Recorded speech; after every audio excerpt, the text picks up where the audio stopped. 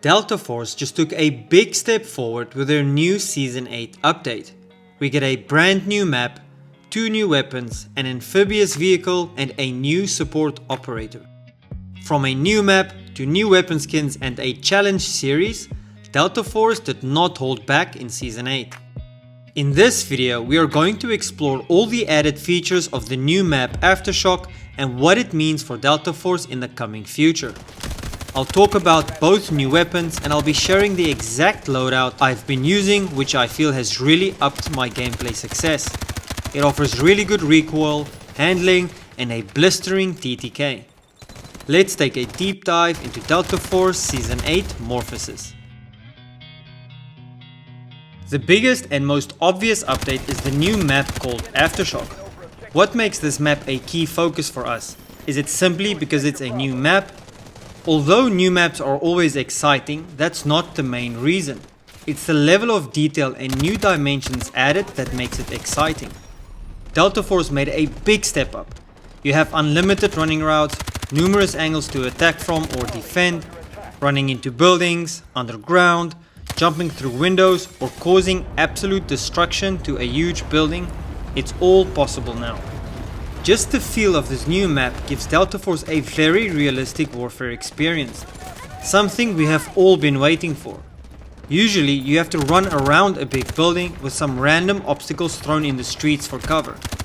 Now it feels like you're in a real world situation where you can cut through a store to get to the other side. When the new map Monument was released, we got a little teaser of what's to come. Those underground tunnels, whether useful or not, was an interesting addition. The map Aftershock, in my opinion, took it to a level that was somewhat missing. Delta Force also included what is called full-scale destruction. Every 8 to 12 minutes an earthquake causes massive, unpredictable structural failures. If you find yourself in the wrong place at the wrong time, you will die. These collapsed buildings create rubble piles that offer new cover and it can be climbed. If you make your way to Sector B to the CBD skyscrapers, you can activate the tremor system that will turn those skyscrapers into a pile of dust. What's so cool about this is that the landscape actually changes when this happens. To this you might say, big deal, many other games have done the same. But keep in mind, this is a free-to-play game, and the weapon handling and zoom feels way more realistic than Battlefield 6, where it feels like it's a game and costs over $70. I do have a few minor critiques about Aftershock. I think they slightly overdid it with the shaking. Playing for a while, I started getting a small headache from it. What is cool though is that the earthquake or tremor affects your aim. It makes it quite hard to stay on target. I have no issues with the layout or the size of the map. I think it is done well. My only critique is the map view when you respawn. It's just very bright and looks faded out. I'm not sure many people notice or even care about it. What does this mean for the future of Delta Force?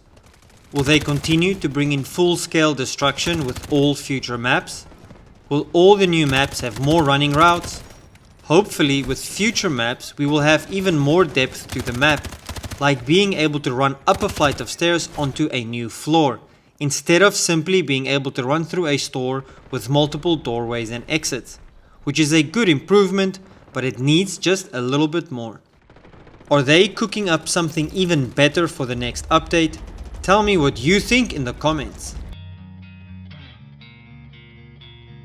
I think it is fair to say that anytime Delta Force releases a new operator, everyone is eager to see if it's anything special. I'd like to hear from you what you think of Lina van Den Meer. Me personally, I find her very good and she fits the support role perfectly. Her defenses aren't the best, but her ways of healing are very creative. Sending out UAVs to find downed allies, and once you reach them, a brief hold of a button and they are revived. You're also able to do this from a longer distance, making it a bit safer to revive allies. She has self-healing and by the looks of it, if anyone is close they will also be healed. She can also send her healing drones to nearby allies who are in combat. It will seek them and recover their health. She also has an intelligent smoke grenade that you can guide and drop where needed. I used Lina to complete the revive challenge in the new season's challenge missions, where you need to revive 30 allies in one match. In Season 8 Morphosis, we also have two new weapons, the MCX Assault Rifle and the FS12 shotgun. I gotta tell you, I absolutely love the MCX and I felt like support and recon needed to have different weapons. I was using the same weapons for them as assault operators and it got a bit boring. What I like about the MCX is the ADS speed, handling, and it already comes with very good recoil. If you want to expose the good recoil, it performs best in short bursts of fire. You will notice the recoil gets wild if you hold down the trigger too long. What you've been looking at is my gameplay with the exact same loadout I'm sharing with you now. Someone with more experience probably has a better loadout, but if I think it has solid recoil control, then my loadout can't be too bad. Give it a try and let me know what you think and what you are doing differently.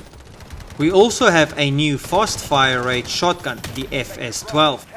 If I'm honest with you guys, shotguns are not for me. I don't kill anyone with them and it's probably due to my usual playstyle. Perhaps I'm just a bit too aggressive with it and I push forward quite loosely, so I end up getting crushed. I absolutely love the new challenge series that came with this update.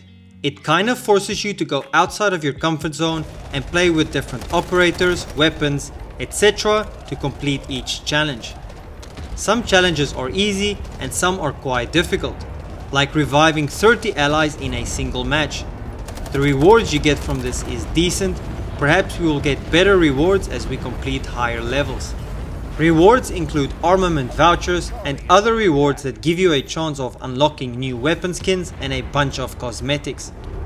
What I also like is that there is a set time for each challenge level, giving people who can't play 12 hours a day a chance not to fall too far behind. So make sure you read carefully the requirements for each challenge. I really give credit to Delta Force for doing this, giving people a chance to unlock nice skins without having to spend money. Talking about new skins, did you guys see the new Vyron skin? I think it looks brilliant and I really want to unlock that skin. I'm going to do everything I can to get my hands on that. On the battlefield, Vyron already looks intimidating and I wonder how this new skin will look. Season 8 also comes with new weapon skins which you can unlock through Battle Pass, weekly challenges and collecting Mandel bricks. Delta Force does a great job with these skins, they look sick. To top it all off, they drop a new vehicle that's good on land and water. Who would have thought Delta Force will have an amphibious vehicle? As cool as it is, how are you guys finding it? I've only used it a few times and I can't say I'm overly impressed with it. And how many maps do we have where we're able to use both land and water? Cyclone comes to mind and that's about it.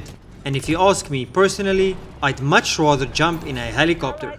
If you agree, but because flying a helicopter is very difficult using a controller, you absolutely suck at it. I just released a helicopter tutorial teaching you how to fly and I included 4 advanced maneuvers you need to practice. Be sure to check that out. There are also plenty of events that are coming up that keeps it exciting, like the Red Day event starting 13 Feb. I'm sure you noticed I haven't talked about operations yet. There are also a number of new things that came with the update. I don't really play operations anymore, so I'm not a good source of information. But with all the upcoming events and rewards, I might just start playing again. So what does all of this mean for the future of Delta Force?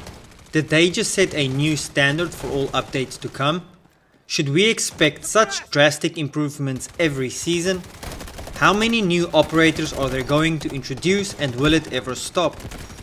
I don't have all the answers, but what I can say is, if Delta Force continues on this trend, it's going to catch up with games like Battlefield.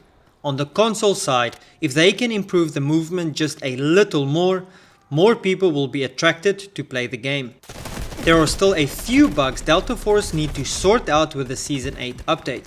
Like the new map, sometimes the frame rate drops is insane during destruction.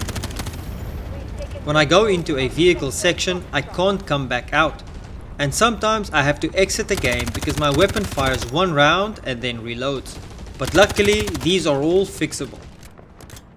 I'm sure you can tell that my overall impression with the new update is mainly positive. It shows me that devs care about the players and the future of the game. I want to thank you all for watching. If you liked this video and you want to see more, please give it a like and subscribe. As always, take care and I hope to see you on the battlefield.